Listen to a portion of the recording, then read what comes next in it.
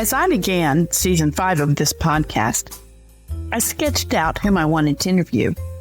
As I thought about it, I realized I needed to bring back some of the earlier guests to catch up on their creative enterprises. One of those from the first season has moved into a whole different field of using his gifts, and I will be talking in this episode with him, Kenyon T. Henry of Catoosa County, and with one of his collaborators, actress Terri Bonds of Dalton. Stay tuned and learn where you can experience their work. Today, we are talking with Kenyon T. Henry and Terri Bonds. Kenyon was the fourth guest on the podcast when it started in spring of 2022. And at that point, we mostly talked about his novels and about his entrepreneurial efforts with the Next Chapter Con conference for writers. However, I recently found out through Facebook posts and some emails that Kenyon has gone into a different field of creativity, and that's what we're going to talk about today. And Terri is also involved in his most recent project, and we're going to get to know them and what this project is. So, Kenyon and Terri, welcome to the podcast, and I would like you to just start by telling us your journey into this new field. So, as you know, Barbara, most of my novels have some type of faith element to them, which is important. It's a big part of my life, so it comes out in my writing in one way or another. And so September of 2023, I ended up acting in a small film that took place down around the Atlanta area. And the way that came about is I'd actually reached out to a production company that I found called JC Films, and asked them about, writing films. And so they suggested I go to this and talk to people. I ended up reading some lines. They cast me in the film. Well, while we were down there filming, I ended up speaking with the president of the company who came down to visit one day on set. And when he and I spoke, I was literally at my laptop working on the screenplay. And he said, "You mind if I look at it?" And I said, "No, go right ahead." So I flipped my laptop around. He read amount. I did like 10 pages. He said, "Well, how's it finish?" And I told him, I said, "Well, this is how it finishes." And he said, "I like it. Let's do it." So crazy enough, that's pretty much how it happened. And so I finished the rough draft, sent it to him. He said, "Yep, completely on board. I love it. Let's do it." And, 5 months later, we have a film. So crazy. Wow. That's what happened. Yeah. So this was in fall of 23. Yeah. It was last September. Okay. So, and you don't have to name this person, but is he the production director or something of this company? Yeah, he's the president of JC Films. So JC Films is a nonprofit, faith-based production company. They make faith-based films. And so, yeah, he had come down on the set, to visit and see how things were going. And he and I ended up talking, and he liked the idea, and we went with it. Wow, that's exciting. So, can I assume that JC Films stands for Jesus Christ, or is that just a coincidence? Well, so the president's name is Jason Campbell. Oh, okay. Well, that's what it is. Not that question. I don't know. It could be both of them. I don't know. Yeah, maybe it was just a coincidence. Okay. So I'm interested in this. So where does he screen his films? Are they independent? Do they go to festivals? Did they get streamed? Things like that? Yeah, pretty much all of those. They do have their own streaming service, and typically what happens after release, after the premiere, they'll be on their streaming service first. I think maybe a month, maybe up to 2 months, and then they go broad. They go wide. So you can find their films on Tubi. They even put them on YouTube. Sometimes their films are on Netflix or Great American Family, which used to be Pure Flix. Yeah. So, I mean, they go wide after that. And are they feature-length films? They are. So this one, I mean, it's in post, so I don't know exactly, but it'll probably be about an hour 15 to an hour 20 minutes. Wow. Well, and this is the one that you were working on in filming in the area in the last month or so. Yep. Correct? Okay. And you had casting calls in Ringgold? Is that correct? We did. We had casting calls in Ringgold, and funny enough, so the main character is Pete, which I actually played Pete, and Pete's wife's name is Angie. And oddly enough, a couple days before we had the casting call, a lady that my wife works with, whose name is Angie, tagged Terri in it and said, "Hey, you should go to this." So we looked up, and because Terri said, "Hey, I think I will," she came in and she nailed it. Wow. Have you acted before? Yeah, I started my film journey in 2007. I was cast in an independent film project as a lead co-star in an independent film project. And I'd kind of been in the space doing other things as well, but with very large gaps in between. I was very young at the time, and life and all the things happened. So I had these very large gaps in my resume in terms of film or anything in that space. But last year, I just decided that I just made my mind up that I was going to set 2024 as my year to pursue it very, very aggressively. And actually, so I spoke with her on the weekend of the audition, but she had sent me the notification a while back, but I thought that she had been hacked, and so I did not open that. And she had messaged me again, I think the day before the audition, and she was like, "Hey, are you going to go to this?" And I'm like, "I don't know what you're talking about." So she sent it to me again. And so I said, "Yeah, I think I'll try to go." And I made it. I think I was like maybe the third or fourth person to audition. Really quick process. They made it, I would say that Kenyon and the whole team made it painless. And, got the call. I think it was the next day, and we, started getting ready to bring this whole thing to the screen. Did you used to be in plays or? So, I'm a singer as well. So I'm used to being in front of a crowd. I'm used to having a microphone. That was sort of my comfort zone. I did some theater when I was younger. And then once I left high school and didn't really have an avenue, I found a few casting calls that I would go to. I've had, agents in the past and done a few things, but I think that I just have a flair for the dramatics, I guess. So it translates well on film, I'm hoping, anyway. Well, Georgia's a place to be. That's all I know. If you want film work, there's plenty of it. They keep telling us that it's number 3 in the world for production. So that's a pretty good bit. Well, so Kenyon, going back to, we'll get more into your story, but you said you were working on a screenplay. When did you start studying screenwriting? Because it's a different animal than a novel. It is a different animal. So I tried to take one of my novels and turn it into a screenplay years ago. And man, that was torture. It's like trying to decide which arm you want to cut off one of your kids. It's a lot more pared down than a novel. So that's why movies end up being so different than books, right? Page of a screenplay amounts to 1 minute of film. So after that experience, I put it down for a while, and I was like, nope, screenplays are not the way to go, at least turning a novel into a screenplay. So it's going to sound really odd, but so it was when I was working on the set that I had this idea for a screenplay, and I said, you know what? Maybe I should try going straight from a screenplay instead of starting with a novel. And so it took me 2 days to write the screenplay, to write the rough draft. It was a lot simpler to do it that way for me. It took me, I went back and revisited, made adjustments. Heck, I was making adjustments while we were actually filming. It was aggravating some people. I'd come in and I'd be like, "You have new lines today. Here you go." But you could first thing it's in. No.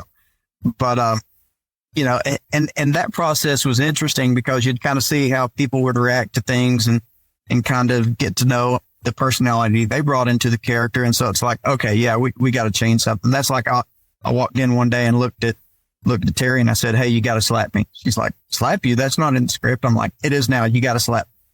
And, so we added that in there because, I realized she had this fiery, passionate personality. And, that one scene. I was happy to accommodate. Yeah. She was so happy. She slapped me twice. But yeah, the practice. Right. She slapped me once. She slapped me twice. It's okay though. We call that method acting. Okay. But no, it was a fun process and it was a much different animal. One thing that I'm doing going forward, there are different programs out there specifically for writing screenplays. And so that's one thing that I'm doing differently, is I'm buying a program so that I can do it. And that way it plugs straight into, some other programs like Movie Magic and stuff. So yeah. Are you talking like Final Draft? Yep. Final Draft is what I'm getting. I've got like a trial version that I picked up, during the filming process, and I've been playing with it to get to learn it. We offer a screenwriting course in the summer at Dalton State taught by Ryan Reese, who is a local high school teacher, but he has an MFA in screenwriting from University of Georgia, and he does a wonderful job in the class. And I sat in on it and did the work. I didn't get credit for it because I didn't want to be challenged anything, but I learned so much. And, because the formatting of the script is horrible. It's not possible by human brain. So this does it all. And after I had that, I said, okay, I can do this. It's really frustrating. So how long have you been screenwriting and doing that kind of, for a couple of years then, or about a year? Since last September. Oh, okay. All right. So I'm going to get over here to Terri though, but I'm going to ask her, what is this movie called and what is it about? Well, it's called Country Rain. At first I didn't quite understand the title until I read the script, and it makes a lot of sense the way it's written in, and I won't spoil that for anybody. You need to watch it. But it is about, I guess, if I can use Kenyon's words to borrow from you, it's about love and second chances, right? It's about faith, love, and second chances. And about a man that, sort of put his family on hold, if you will, to chase a dream, and where that took him and his journey, back to, I think he sort of lost his identity in the music, and he didn't know who he was without it. If I may, Kenyon, I think that's kind of what I get from Pete. He feels like the music is who he is. And so what's his identity outside of that? And he sort of has this crisis of trying to find out what that is and put things back in place in terms of priority in his life. And so the film really highlights that journey. No, it has music. It does. Terri, do you sing in it, Kenyon? Kenyon does. I do not this one. Kenyon, you sing? Oh my goodness. So you could have a third career as a singer, right? Is that where we're going with this? No, Lord, no, please no. But yeah, I do sing in it. I've had a love affair with music ever since I was a kid.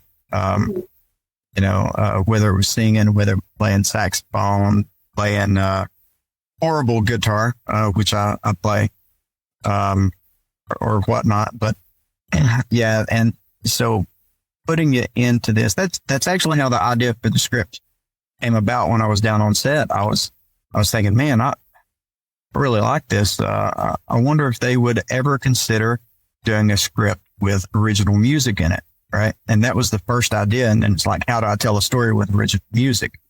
And then it eventually turned into writing the script out for it. So all the songs that are in it are original songs that were written specifically for the film, except for the opening song, which is was recorded by a friend of mine who is also in the film. His name is David Joel Stevenson. So I'm using one of his songs to open up with. And then all the others were either written by a friend of mine who writes songs in Nashville, or written by myself. Well, that's a good thing, because then the film company doesn't have to pay the rights for the song. That's all original. That's good. The film that you were trying out for, that you were acting in and got some lines, what was that film back in the fall? That was called Karate Princess. It actually premiered on January 27th, and then we started filming on January 28th. So they're pretty active, this Jason Campbell's group, his company. It says he puts out, over the last, I think, 3 years, he's put out 20 films a year. Oh. And where does he film them? In this area? Oh, really? All place. Yeah, he's got, the way that he's done it, he has set up production clubs all over the country, right? And even a couple of production clubs overseas as well. And so what his idea is not only to make quality faith-based films, but to create a network of Christian artists that want to come together to, to tell these wonderful stories, right? So, yeah. So using these different production clubs, he's got movies that are sometimes filming at the same time in two different locations. So, all right, what an interesting model. So, when do you expect this to be done, out, edited, ready for us people to see it? Yeah, Kenyon, when is it going to be ready? Your actors wants to know. Yeah, so they typically tell people it takes 3 to 4 months on average to edit. Can take as little as 2 months or as long as 6 months. It really depends on the film. The thing that I thought was interesting in this process is that the better the filming is and the more takes that you have in that process, the shorter it takes to edit it. Where you kind of get into trouble and things start dragging out is when you don't do enough takes. And then the editor has a hard time finding good stuff put together to tell a story. We had a fantastic, phenomenal director in Troy Bakewell, who, my gosh, he had us doing scene after scene after scene. There's one little scene that's part of a montage. It's literally like a 30-second clip where I'll walk out of a house and Terri kisses me on the cheek, right? And then I'll walk off. I mean, it's literally like 30 seconds. How many times we do that, Terri? 10 times? It's a lot. Yeah, we did it a lot. And I quit counting. I just quit counting. Right. And it sounds so silly, but he's also moving cameras around, getting different angles and stuff so that the editor has plenty of good stuff to work with to tell the story. So I don't think people realize that filmmaking can be that slow. I was just going to say, it got to a point with Troy where I would just automatically, whenever he said cut, just reset to one, just go back to the first position because you're going to do it again. So, but it is, I've heard it, like when you're on the set, I think when you think about making films, people think it's got it's constantly exciting. It's constantly all this action, but really it's a lot like watching paint dry. But the end result is amazing. And when you're in those moments and you're doing those takes, I think you just forget that you're even acting in some cases, which is how Kenyon got the fire slapped out of him twice. Because those are the moments that are, I think, kind of steal you away and make the whole process worth it. Because otherwise it can be very slow.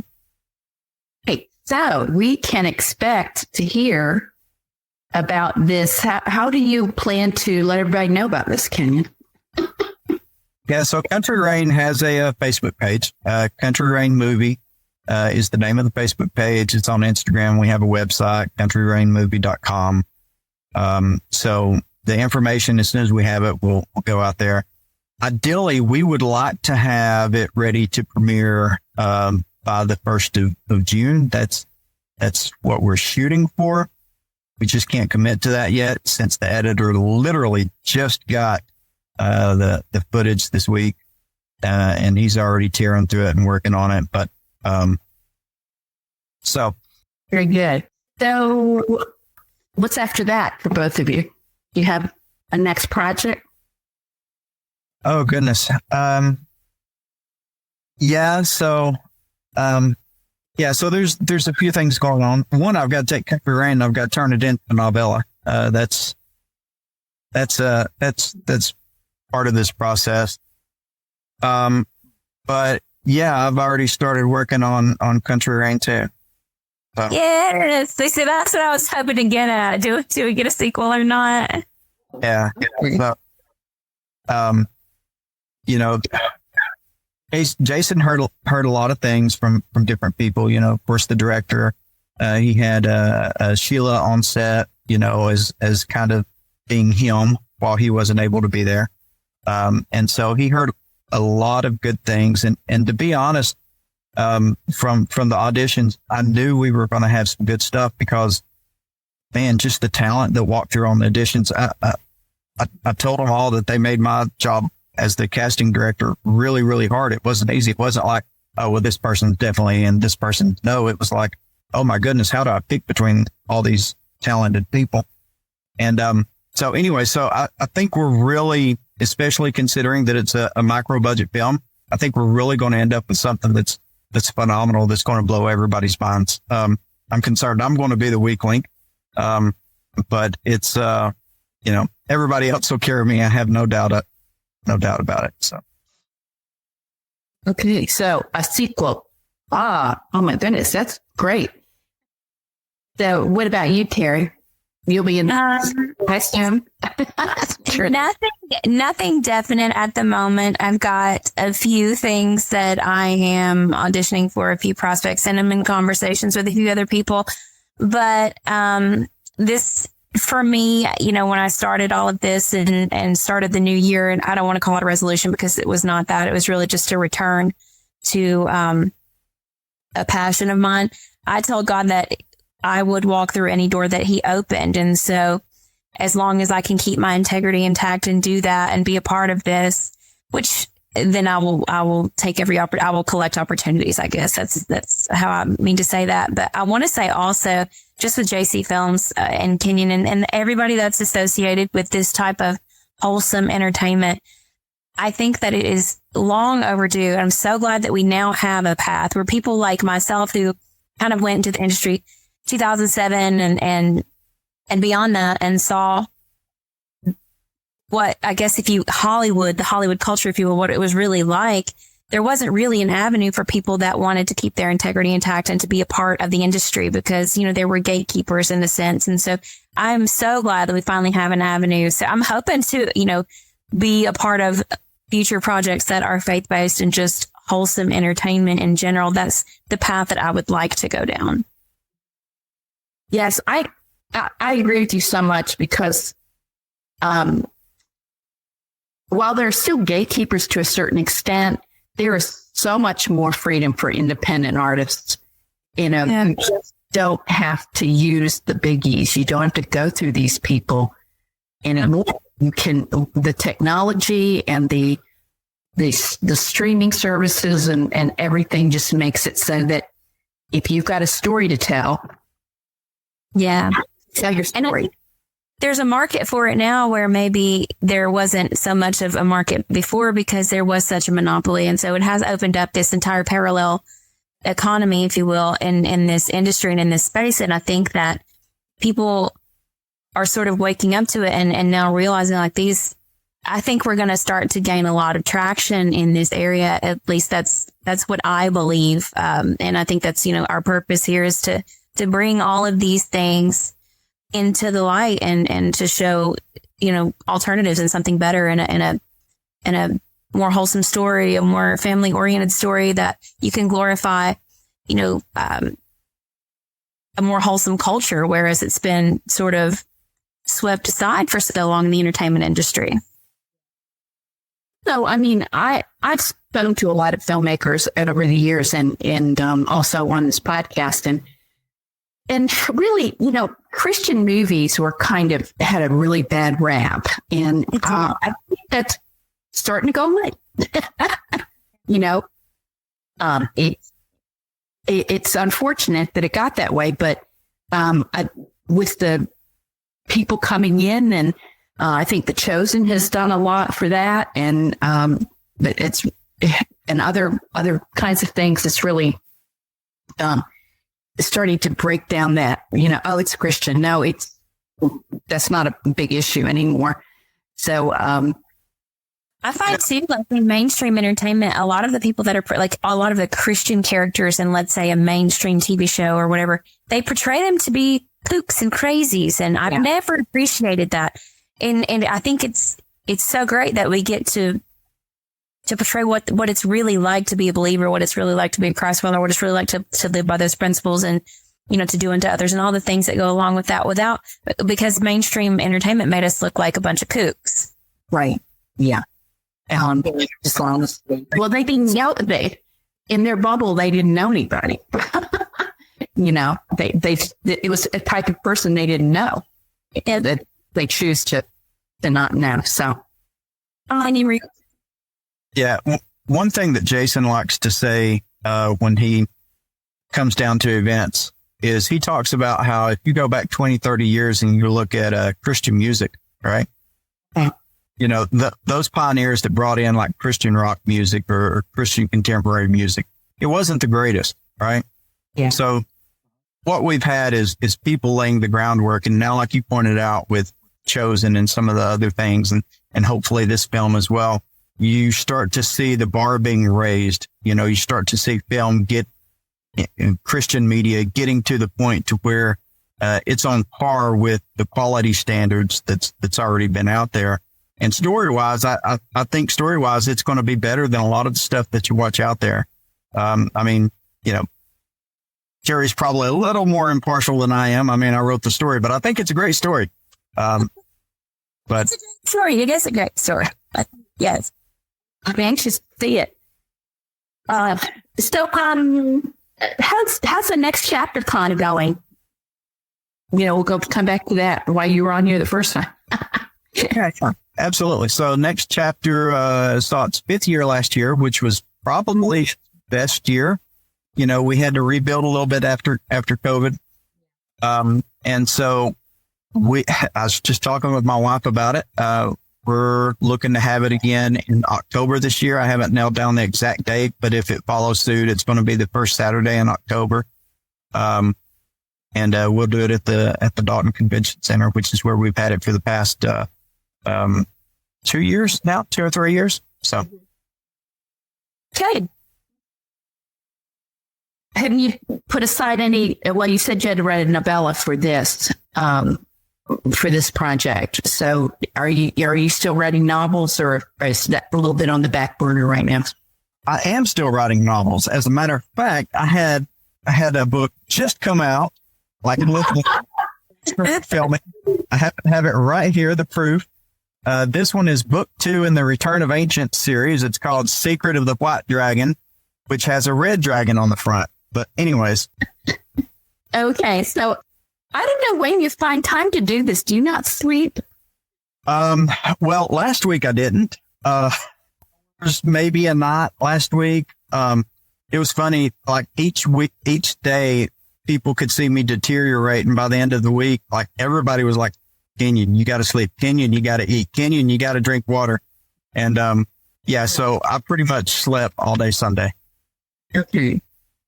Other than the rap party. Yeah. So how many novels is this for you now? I think that was number 7. Okay. I'm a little bit ahead of you, but you've done it faster than I have. I'm having a couple come out this spring, so but it's still, it's hard. It's hard to find time when you have a 9 to 5 and you do have a 9 to 5 and finance, as I recall. So, okay. So as I come to the close, here's a place where you can have some special shout outs to folks who might be listening. Hopefully they're listening. Who you want to shout out to? Well, to be honest, I wish I could name everybody that was on the cast and crew. So I want to point out that they were all volunteers. Everybody that came out were volunteers. The crew, most of the crew had never done anything with film before. The director came in a week ahead of time, showed them how to use the equipment, and they just knocked it out of the park. When we had people visit the set, they couldn't believe it was their first time because everything ran so well and was really a well-oiled machine. Special shout out, I guess, first to my wife, Shauna, who has just been a rock star and dealing with me.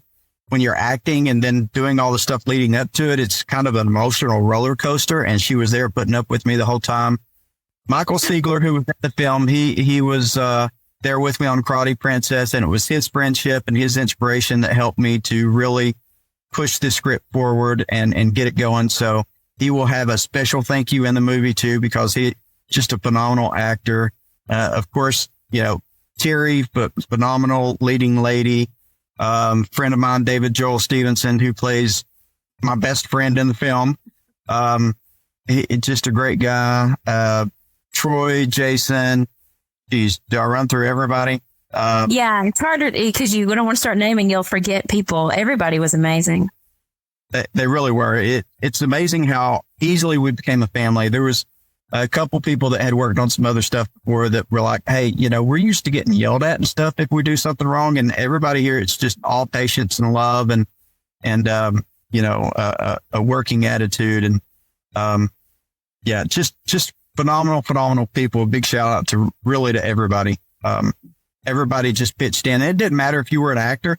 If something needed to happen over here with the equipment, you just went over and did it, picked it up, carried it where it needed to go or whatever. So just phenomenal teamwork from everybody.